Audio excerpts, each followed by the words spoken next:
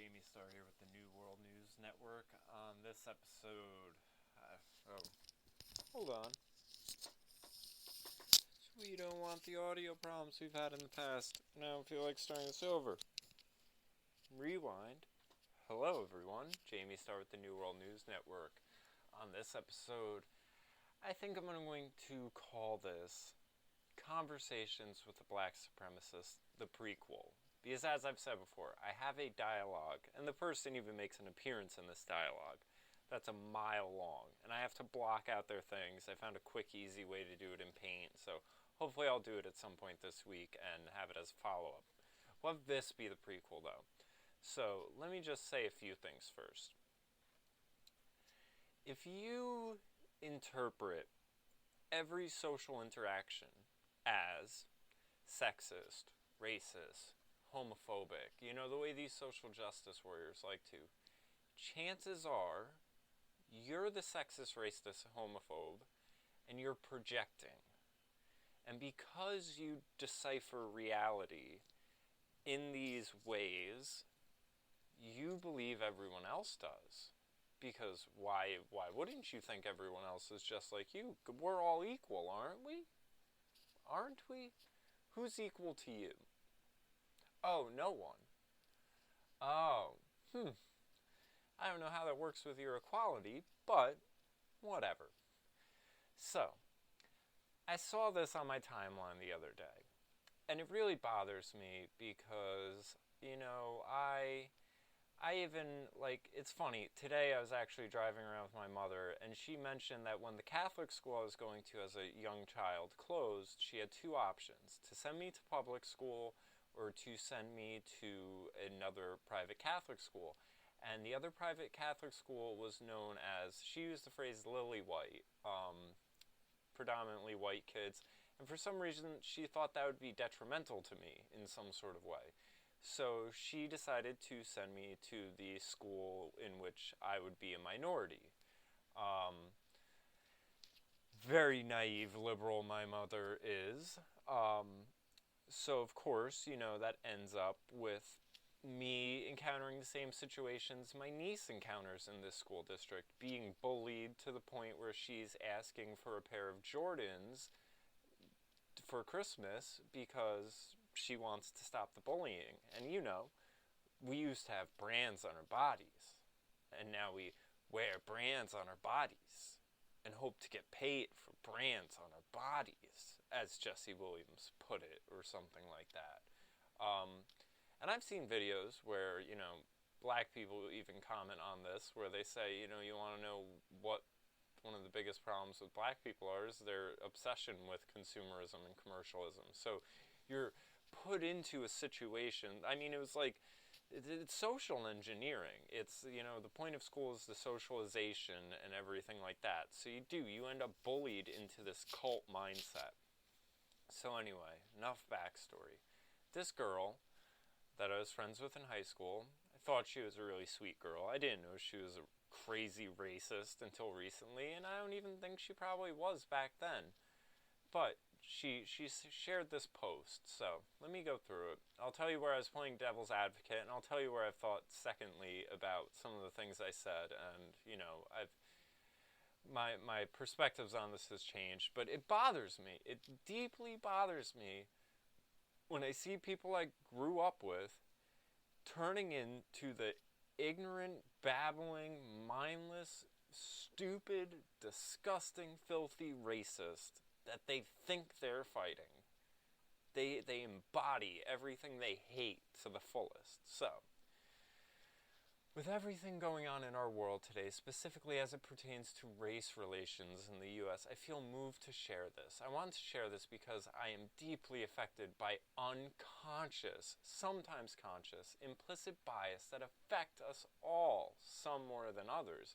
If you're unfamiliar with this term, please look it up. So already I have a problem, because you're accusing people of being wrong, not even in what they're thinking, but what they're not thinking. That's where you're starting. First off, I have a problem with accusing people of thought crimes or politically incorrect thoughts. But now you're just coming out and saying, well, I'm not even going to try to call you a wrong person or a bad person or an evil person or a racist for what you're thinking. It's what you're not thinking. That's the problem.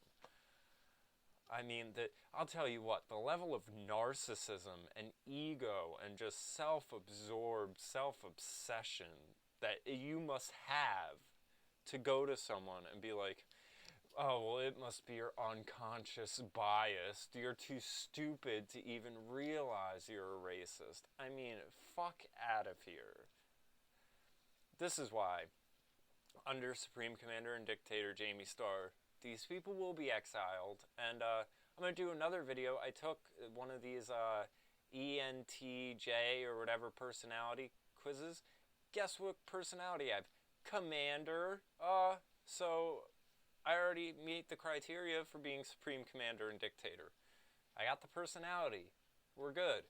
Anyway, as I'm leaving for work, I decide to swing by Marshall's to look around. This is the first time I've been to this location, as it's close to my job and I work out of town. I find a few items, throw them in my cart, and proceed to the cashier. As I arrive to the register, I unpack my items. While greeted by a kind white gentleman, as he rings me up and bags my first two items, he proceeds to say, "Why don't you place this bag in the cart? I assume there will be no issues with your credit card." This is not okay. This is a prime example of a microaggression. For anyone who's unaware of microaggressions, it's another one of these damned if you do, damned if you don't, and you can only do it if you're white, because everyone else is subhuman in this dynamic. And that's why I say these people are the racists, because they view whites as being capable of doing something that everyone else is incapable of. So everyone else is subhuman and whites are human. In this dynamic, this is not how I see it, of course, because I'm not a crazy racist. But when I was driving with my mom today, I told her about this. It came up because I was like, oh, I barely slept last night for the second night in a row. And she was like, oh, well, if you're on the computer, you have something on your mind. And I was like, oh, it was a combination of both, actually.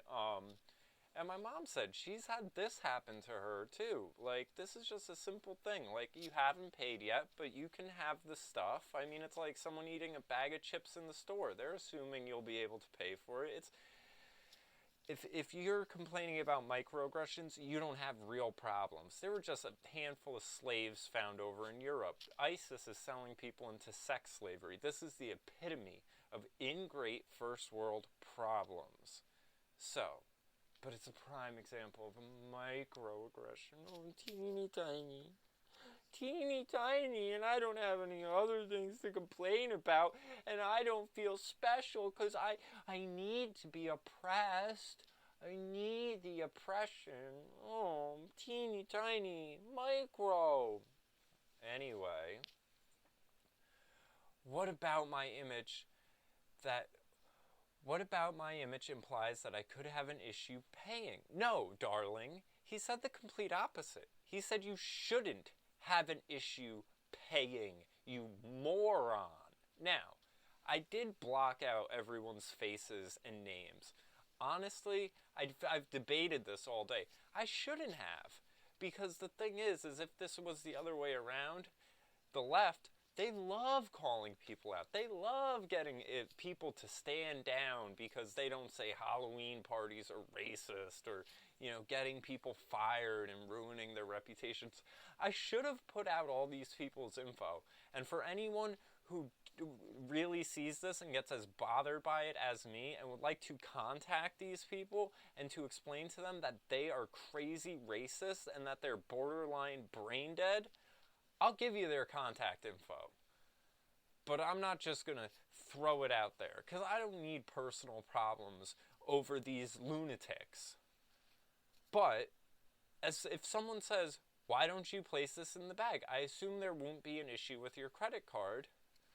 Why do you think he's saying there might be an issue with your credit card? I mean, you're basically saying, this guy said one thing, but because I'm black and she's not black, she's fucking mixed. The one drop rule is in effect. Have we noticed that?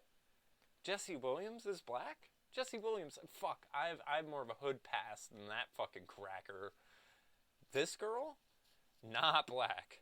Oh man, she's not in the running to play the new female Iron Man. Let me put it like that. She's pretty fucking white. Her mom, white. So, would you have made the same comment to a white customer? Yes, when I mentioned this to my mother, she said that she's had these comments made to her. So, yeah.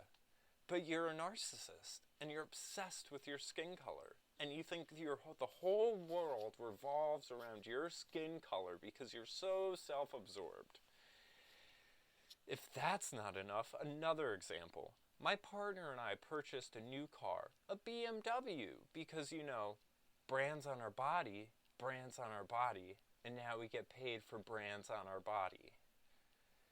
And I run into a store excited about our new purchase. He gets out and begins to inspect every inch. A kind white gentleman passes by and says, "You really shouldn't be touching someone's car."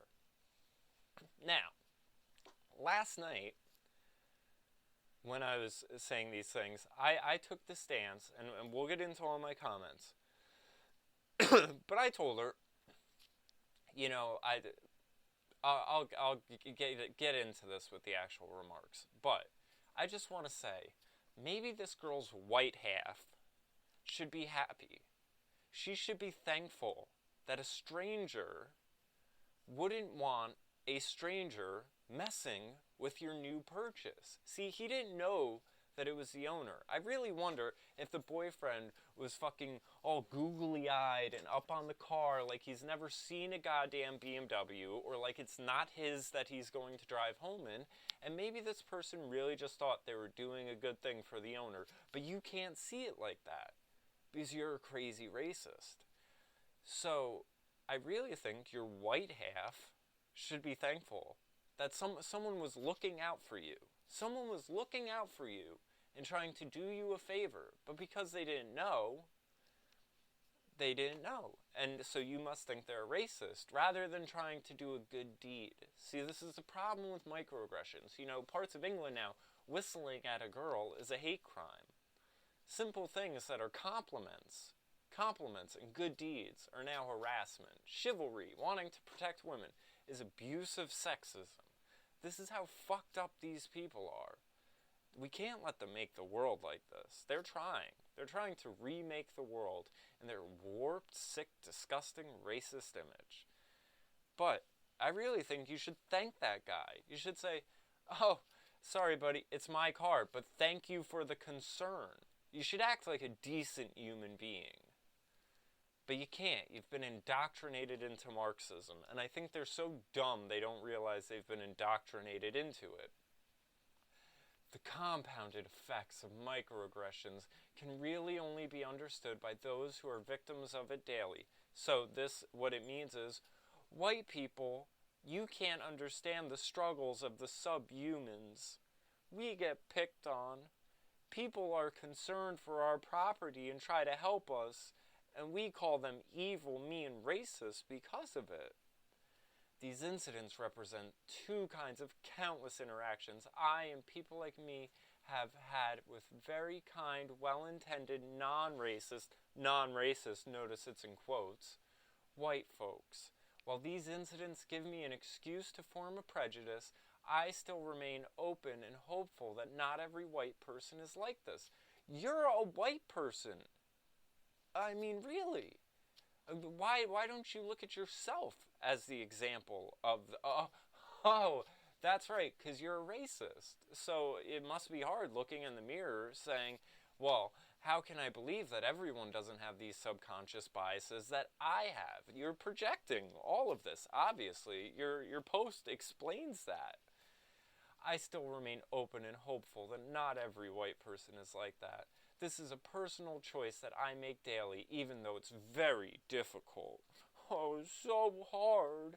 So wouldn't it just be so easy to say all the white people are mean, angry, racist, and even when they do nice things for you, it's only 'cause you're a subhuman. Oh, so difficult. Fucking grow up. What choices are you making to not see people of color in the same light and vein that our media portrays us in? The media, or you mean the crime stats? But the media reports on the crime stats. Oh, my bad. Step out. But besides, let's not forget, the media also makes fucking, like, assaulting, child molesting, pedophile, sex offenders into darling angels that deserve everyone standing up for them, claiming their lives matter while they're out boning 14-year-olds. I mean, talk about sick. Talk about making black people look bad. You know, on my podcast, I have a story from Dallas, from the same town a year prior to when this child molester got shot. And you know what? A white guy who was a child molester got shot. And you know how white people respond to that? Good riddance. Good riddance. These people make us look bad. Why? Fuck, shoot all of them. What the fuck do I care? They're molesting children. I mean, they're like, I'm not down with this whole, well, I'm a pedophile, but you're the monster nonsense. No. Step out and think beyond your conditioned minds. Projection much again. I want to talk about a conditioned mind. So, I come out and say, and again, I retract some of these statements. I realize that neither one of these are people being racist. They are, in fact, just well-intended people, and that this girl is a crazy racist who has self-loathing issues because of her white mother. That's why she doesn't identify as a white person, and she's projecting all of her internalized hatred onto everyone else and assuming that everyone else hates her black side as much as she hates her white side. That's what's going on. Honestly, I feel like these are two prime examples of people just being flat out racist. I was wrong, but it was late at night. I was tired. I wanted to make a bigger point, though, too. They are approaching you with false presumptions based on race. Microaggressions are jokes that epitomize first world problems because they are micro, and of course the more you listen to people talk about them, you realize you can't win. Now I knew if someone's saying microaggression, me even opening my mouth makes me a glutton for punishment, because you'll see what the obvious response. I mean, I could have written her responses for her, because it's a program. It's just programmed responses you see from every SJW, because they're in a cult. You can't win. I've heard people say hello, and compliments are microaggressions, just like how she's saying someone trying to look out for the safety of her new purchase was a microaggression. They promote a henpecking and mollycoddling attitude towards society. The bottom line, you encounter two stupid racist people. Unfortunately, the world is full of prejudiced people, and we can thank the TV and identity politics for that. But that's a whole other conversation. But please, don't downplay it with these stupid terms and psychobabble about unconscious thoughts. That's where this gets into accusing people of unprovable, politically incorrect thought crimes. I think we can fight to end racism without all the critical theory Marxist lingo. When I see the term microaggression, my first thought was, oh God, what is it now? But these are two legitimate complaints. The term microaggression delegitimizes them to those who don't believe critical theory is reality. And of course the response is, your privilege is apparent in this posting. I appreciate you. Which I assume is this passive-aggressive, well, I'm not one of these people. I'm not one of them, but everyone else is. Everyone else is. So, of course, because my privilege is apparent. I mean, you want to talk about privilege. I just shelled out $1,000 for my fucking puppy. I could not afford a BMW. I mean, talk about privilege. And that's the whole thing. This girl has had nothing but a good upbringing, went to a decent college, went to the same school as I did, and that's the disgusting part about these people. I remember when Trayvon Martin died, some asshole douchebag cunt I went to high school with tried telling me that he has more in common with a 13-year-old in Florida than he does with someone he had spent 12 plus years at the side of. And the only similarity is, well, that guy's black and I'm white. We went to the same school, same classes, same teachers, listened to the same music, same parties, all of that. but he has more in common with the person he never met just because of their skin color than me. Who's the racist? So I, of course, said, as is your Marxist ideology. I just figured I'd offer an unindoctrinated perspective. She said, I appreciate it. Perspective is necessary. So, because she thinks perspective is necessary, I figured I'd unload on her. No problem. As I'm reading the latter part of the post again, mainly the part about not trying to form your own prejudices because of these people, I have to say, I'm really baffled. Now, of course, there were numerous times where I wanted to fit in there the, is the one drop rule back in effect? Are you no longer white? Like, what's going on here, hun? But because I wasn't trying to be pushy, but again, this is your privilege. I mean, you're basically just saying, you're white, so if you don't agree with me, your opinion's irrelevant. So, I have to say, I'm really baffled. I think your post exemplifies my issues with these social constructs and microaggressions, because too often tiny compounded micro-incidents do lead people to form their own prejudices, and lead them to aggression as a reaction. Now, I'm glad you're better than that. Not all people are. And of course, under these same social constructs being taught, racism is no longer prejudices based on race, the historical dictionary definition, but this combination of power plus privilege, Marxism definition, which of course makes everyone but whites incapable of actions that whites are capable, thus creating the subhumans. Take a shot every time I say subhuman. Microaggressions do lead people to interpret benign and even unconscious prejudices, like you mentioned, into people having actual conscious prejudices or becoming racist, while believing they are incapable of being one, which is dangerous. See, my point is, if you just point to it and call it flat-out racism, even a layman will admit it's wrong. Again, do you think my mother knew what a microaggression was? No. Microaggressions and all these other Marxist terms that are in vogue detract people because they either aren't educated in it, or if you're like me, you know these terms such as privilege and such are rooted in critical theory, which came from a bunch of old white German philosophers like Herbert Marcuse. That's the irony. Calling me or anyone else privileged means you've adopted an old white man's theory as an ideological lens in which to view reality. Anyway, I gotta go to bed. Sorry for ranting, but that's my full perspective on microaggressions, privilege, and everything else encompassed in critical theory. Now, here's the thing. There's a really good video. I forget who did it. I've shown it on another show where he explains critical theory and he points at Marxism, and he points out that you cannot question the narrative. You cannot. I mean, there's no acknowledgement of this being Marxism, of this being a theory. I mean, to them, this is fucking reality. This is it. Because if they ever questioned that this is just some theory, that like Darwinism or something, that could be right, it could be wrong. But if there's a possibility that it could be wrong, well, then their whole attitude towards society will just crumble in front of their eyes. Then they might realize that they're the racist, and that they've been acting like a racist all under this presumption that they can't be one, giving them a pass to say whatever they want, do whatever they want, just write, oh, your privilege as a parent. I mean, what sort of snotty cunt bullshit is that? I mean, that's why I should have put the fucking names out here, because it's disrespectful. These people need to be told, and it's so obnoxious. And anytime I appreciate you. Like, that's such passive-aggressive bullshit. Grateful for your input, but I must acknowledge your commentary has supported the very concern that I vulnerably shared in many ways. You're a baby.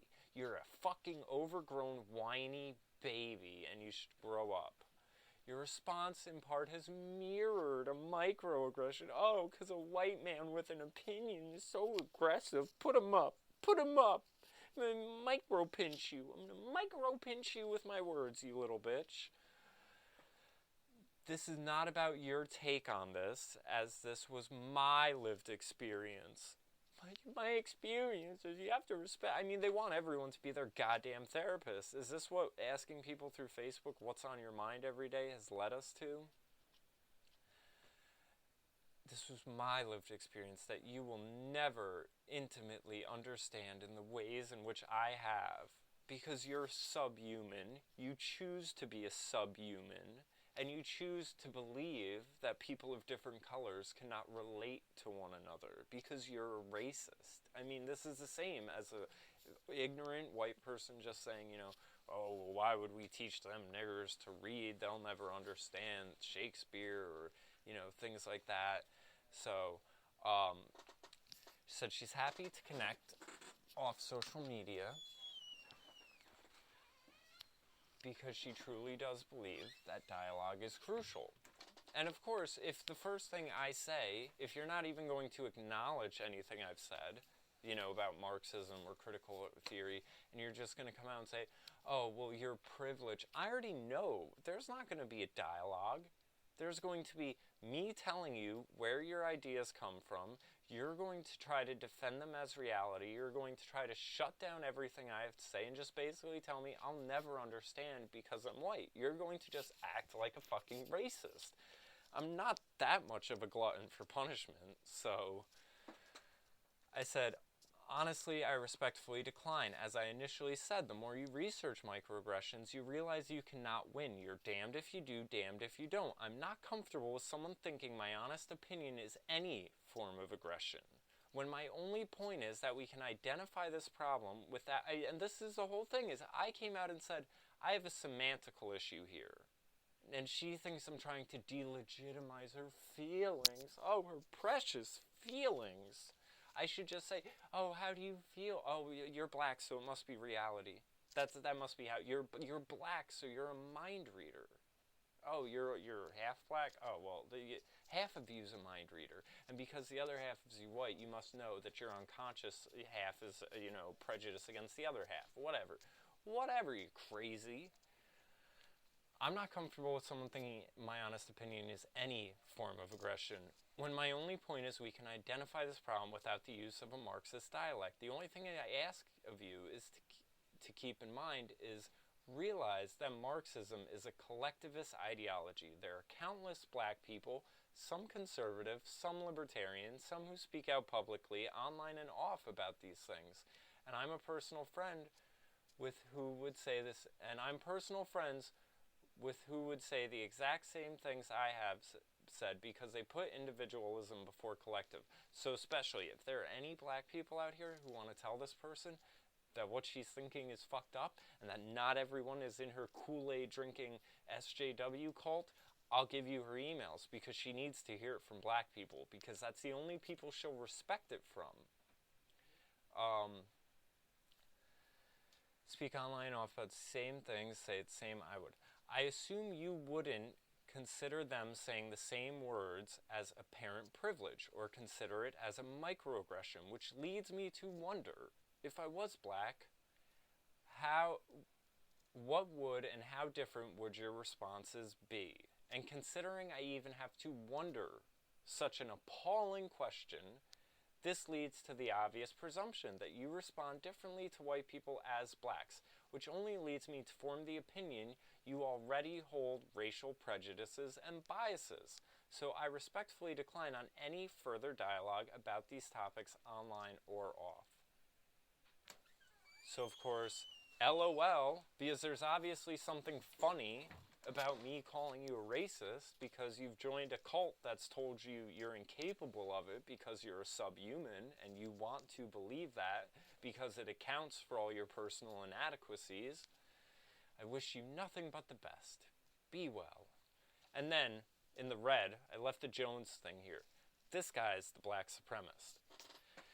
Earlier in the night, he had posted a thing about, did you ever realize how segregated the church is? So of course I respond, oh, the church? The monolith? Are we talking Christianity? Are we talking Catholicism, Protestantism, Jehovah's Witness, Baptist? Or is it just one? Is it just one conglomeration? I've never been in a church where it's black pews, white pews. I don't know in what reality this guy lives. I mean, this guy needs to be institutionalized. This guy is clinically insane. And I'm going to do a piece on this, about the stigma in African Americans about mental health problems, Because that's what I really think is the underpinning thing here. See, when white people have these problems, where they think everyone's out to get them, or these crazy delusions of persecution, they see a fucking therapist. Black people don't. They find a Jesse Jackson or an Al Sharpton, and they just feed it and perpetuate it, and it's awful. It's awful. The other thing is, all my family are mixed, so I just can't understand. I don't want these people having any sort of input in the world where mixed children will be raised. Sorry. I don't want them growing up in these warped social constructs. So, the church. So I come out and said, I've never been to a church that was unwelcoming of everyone. Because, of course, there was another comment being like, white privilege has worked its way into all religions and ruined them, except Hinduism and Buddhism.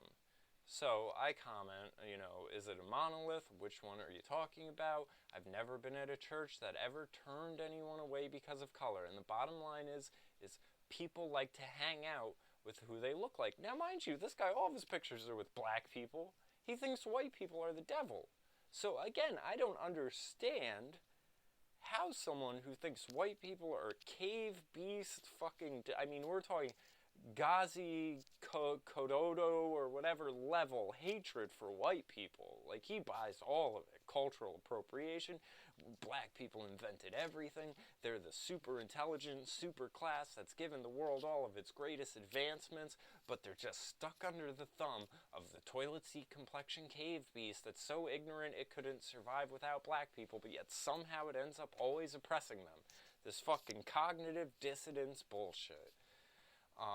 So then I of course add in, I said, well, Mormonism and Jehovah's Witnesses were founded by Freemasons. And all the Freemasons I know are black. And you don't have to... Freemasons is not a segregated group. They allow everyone in. So your presumption has no facts to it. But there are people who do believe that Freemasons run everything. And basically, the white privilege, white power, white supremacy conspiracy theory, there's a whole mirrored one about the Freemasons. So, which one do you want to go? The one that has some facts behind it, or how you feel about things? Oh, you walked into a church and there weren't enough black people in there for you? Do we need to recruit them and start bringing them in like we do with immigrants now? I mean, what the fuck? A person who hates white people, who only wants to hang out with black people, thinks white people are the source of all of his problem, and he's really bitching and moaning about segregation as if it's enforced by someone? Fuck you. Go jump off a bridge. So, here's another fucking little tidbit from Candyland. Had to deal with that as soon as I left for Poughkeepsie. So many people couldn't understand why so many black kids would come all the way to Spratt Park to play basketball. Why not go to basketball in their own neighborhood? It's impossible for blacks to live on the south side. You want me to start debunking this? So, Spratt Park is on the nicer side of town. And you know what the thing is? The cops are welcome there. They don't, because again, it isn't a white neighborhood. So we don't tolerate gang bullshit posting up in the park. We don't tolerate people posting up their drug dealing and having fiends meet them there to buy crack. We don't want that around our children. So we welcome the police. It's very simple. It's very simple. If you want nice things, you have to protect them. And there are people we have delegated the responsibility of protecting us to. Very simple. Very simple. You should ask the black kids why they walk to Spratt. I mean, it's impossible for blacks to live on the south side. Oh, really? Because I'm on the south side right now, and there are 3 black people living in my house. My next-door neighbors are black. In high school, or let's go back, in elementary school, every day, I walked to school with a kid who was half black, half Jewish, who lived around the corner. My best friend lives on the same street next to where that friend used to live on the south side. He is black. His whole family is black. My neighbors are black. Their neighbors are Mexican. On the corner, the next block down, there's actually now one of the apartment houses has been turned into Section 8 housing. Your superintendent that we went to high school with, yeah, his son, his whole black family, lives on the south side. I mean, I can just name off people. The Neal family, they lived on the south side, friends of mine. I mean, these people just disregard all of this stuff. It's impossible for blacks to live on the south side. Why is that? Why is that? I lived on another part of the south side with a friend of mine who happened to be black. We had a house together. Us two and both of our girlfriends shared a house. Please explain. Where does this come from? And the funnier thing is that they say this shit that defies all reality, and then they have other morons who are just like, yeah, it is impossible.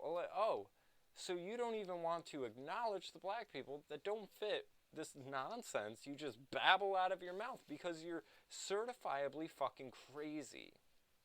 That's how, I don't like calling people names like this. I really don't.